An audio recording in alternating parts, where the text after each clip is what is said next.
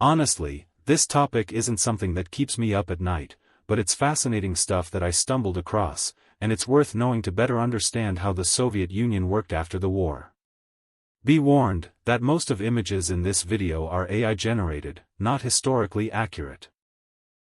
No one ever questioned the USSR's right to reparations from defeated Germany. Whatever some modern historians say about Stalin's pre-war plans, the fact remains, the Nazis attacked the Soviet Union first, and they caused devastation on Soviet soil that no amount of reparations could ever truly compensate for.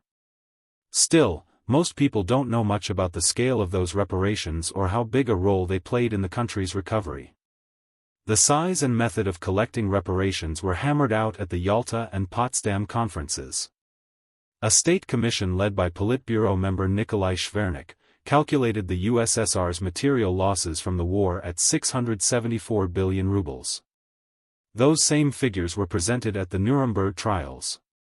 Historian Igor Bunik gave much higher numbers, 2.5 trillion rubles in direct losses, plus another 3 trillion in military spending and indirect damage, from having the nation's best people pulled away from productive work for 4 years. The Allies were surprised when Stalin turned down a share of the Third Reich's gold reserves and bank assets. He said the Soviet Union wanted reparations only in kind, actual goods and equipment, and he named a relatively modest claim of $10 billion. But Moscow rejected the Western idea of treating Germany as a single entity and setting up an international body to handle reparations. At Stalin's insistence, they agreed that each victorious power would take what it was owed, from its own occupation zone. That made the whole process completely opaque. State trophies.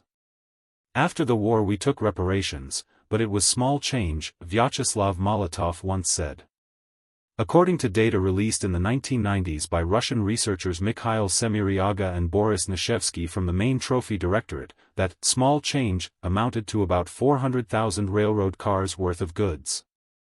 That included 72,000 cars of building materials, 2,885 factories, 96 power plants, 340,000 machine tools, 200,000 electric motors, 1.335 million head of livestock, 2.3 million tons of grain, 1 million tons of potatoes and vegetables, 500,000 tons each of fats and sugar, 20 million liters of alcohol, and 16 tons of tobacco. Officially seized for the state were 60,000 grand pianos, 460,000 radios, 190,000 rugs, 940,000 pieces of furniture, and 265,000 wall and table clocks, most of which were sold cheaply to high-ranking officials and senior officers. The trophy records also list 1.2 million men's and women's coats, 1 million hats, and 186 railroad cars of wine. They shipped telescopes from Humboldt University's observatory, Berlin subway cars, and cruise liners to the USSR. For example, the liner that sank near Novorossiysk in 1986 as the Admiral Nakhimov had originally been the German ship Berlin, taken as reparations. Even into the 1980s, the Moscow Central Telephone Exchange that served the Old Square, where the Communist Party Central Committee was located, used equipment from the Reich Chancellery's phone system, for numbers starting with 222. According to historian and economist Gavril Popov, a lot of the eavesdropping gear used by Soviet state security after the war was German-made too. The German side claims that even today, around 200,000 museum pieces, 2 million books, and 3 kilometers of archival folders taken after the war remain in Russia and other former Soviet republics. Intellectual trophies. Reparations also included the labor of about 2 million German prisoners of war, who worked on Soviet construction sites, plus the expertise of German scientists. In June 1945, 39 German nuclear physicists were transferred to a research center near Sukhumi. One of them, Professor Riehl, later became a hero of socialist labor. Sergei Korolev got to work at the German Rocket Center on Peenemund Island, though by then the Americans had already taken the best stuff. Still, he managed to bring back 150 V-2 turbines, 20 sets of graphite rudders, and other equipment. The post-war leap in Soviet radar technology was almost entirely based on German inventions. All told, around 10,000 Soviet specialists were sent to Germany to study captured technology, with countless more working on it back home. As Semiryaga wrote in his book, Soviet teams were hunting everywhere for designers of V-weapons, jet aircraft, and heavy tanks, but they showed no interest in anything related to consumer goods. In 1945, Igor Kurchatov had only 7 tons of uranium oxide on hand, when he needed at least 100 tons to keep going. Soviet forces captured 300 tons of uranium compounds in Germany, and Kurchatov said, that seriously changed the situation not just for the graphite reactor but for all their uranium projects. Once East Germany was established, reparations started winding down, and they officially ended on January 1, 1954. Soldiers' trophies. Unlike the state reparations, no one can put a number on the private loot soldiers brought home. In May 1945, the Soviet armed forces had 11.5 million men. Most of them marched through Europe, and by all accounts, almost nobody came back empty-handed. Taking trophies was officially allowed by Stalin's order of June 9, 1945. Soldiers could send a set number of parcels home, plus whatever they could carry when demobilized. Generals got a Mercedes or Opel for free, officers got a motorcycle or bicycle. Officers could buy rugs, furs, Chinese porcelain, and cameras at low prices. Colonels could get cars. German industry kept producing consumer goods even during the war, so there was plenty to take. It's impossible to say how much of what arrived in the USSR was true trophies versus things bought from locals for food or cigarettes. German gabardine fabric, watches, and toilet soap were tiny compensation for what Soviet soldiers and their families had suffered. The real problem was something else. The craze for foreign stuff showed the world just how poor the victorious nation really was. The defeated Germans were stunned, the Western Allies were even more so. Stories and memoirs have preserved plenty of sad and funny episodes. One guy, out of the Soviet habit of grabbing whatever was available, brought home a whole sack of bicycle bells. Officers' wives showed up at the theater wearing frilly nightgowns, thinking they were fancy evening dresses. A colonel hauled back a suitcase full of patent leather shoes that fell apart after an hour.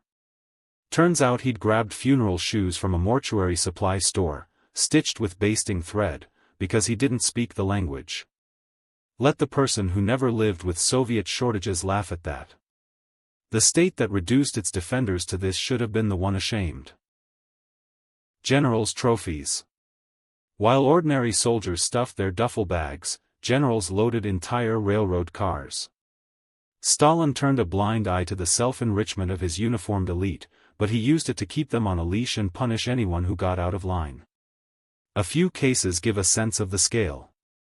As soon as Marshal Georgy Zhukov started seeming too big for his boots, Stalin recalled him from his post as head of the Soviet occupation zone, accused him of greed, and made him write humiliating explanations to a party commission led by Central Committee Secretary Andrei Zhdanov.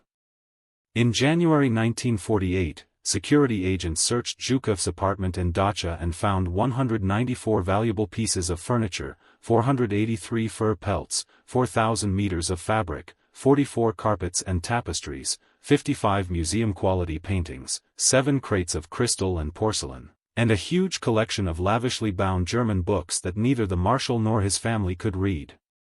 The head of state security in the Soviet zone, future KGB chairman Ivan Serov, moved into Goebbels' former mansion. On his own authority, he kept 80 million Reichsmarks found in the Reichsbank basement out of the treasury and spent 77 million of it unchecked on operational needs, while the currency was still valid. Lieutenant General Konstantin Telegin, political commissar of the Soviet forces in Germany, got 25 years in the camps for sending a whole trainload of trophies back to Novosibirsk region. It apparently wasn't his first shipment, because investigators seized 16 kilograms of silver items, 218 wool and silk fabric pieces, 21 hunting rifles, antique porcelain, and 17th and 18th century French and Flemish tapestries from him. Lieutenant General Vladimir Kryakov and his wife, singer Lydia Ruslanova, had 2 Mercedes and a Horch 951, the same model Goring and Rosenberg drove, confiscated, along with 132 paintings by Russian artists that the Nazis had stolen from Soviet museums, 107 kilograms of silver, 35 antique carpets, diamonds, tapestries, antique china sets, furs, marble and bronze sculptures, 312 pairs of shoes, 87 suits, and 78 window latches, 16 door locks, and 44 bicycle pumps.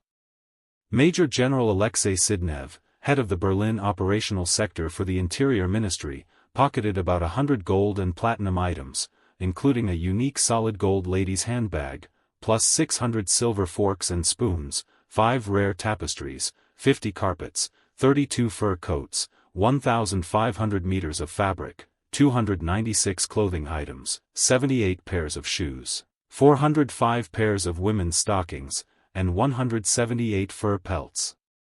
Of course, Telegin, Kryakov, and Sidnev had lost all sense of proportion. But it's probably no coincidence that all three were part of Zhukov's circle. In 1951, Minister of State Security Viktor Abakumov, who had been gathering dirt on the Marshal of Victory, ended up in the Lubyanka basement himself. They promptly found trophy gold, diamonds, paintings, tapestries, and a suitcase full of German suspenders at his place. During the thaw, when Zhukov became defense minister, his friends were declared victims of repression. But the main military prosecutor's office refused to return the confiscated property, ruling it had been acquired illegally. Nobody was bothered by the contradiction. Everyone understood that both the arrests and the releases were political decisions. Some researchers believe this is where the corruption of the Soviet elite really began, with wartime trophies.